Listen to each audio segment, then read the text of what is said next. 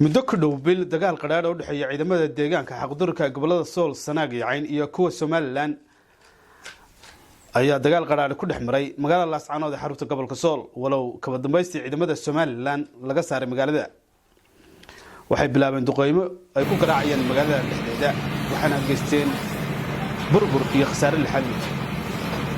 in ka badan 200 oo qof ayaa ku dhintay, 500 ruuxna way ku dhaawacmeen.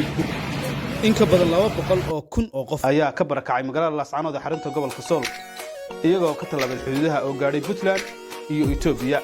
qaar ka midana ay ku sugan yihiin tuulooyinka iyo degmooyinka ku gadaaban gobolada Sool, Sanaag iyo Cayn.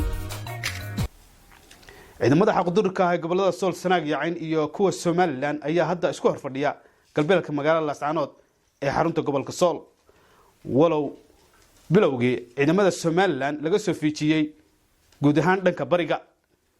lama oga halka uu khilaaf ku dambeyn doono. waxaa jira isdiidooyin fara badan oo u dhaxeeya dadka deegaanka iyo Somaliland. waanigu Maxamed Maxamed Cawiil Kawte.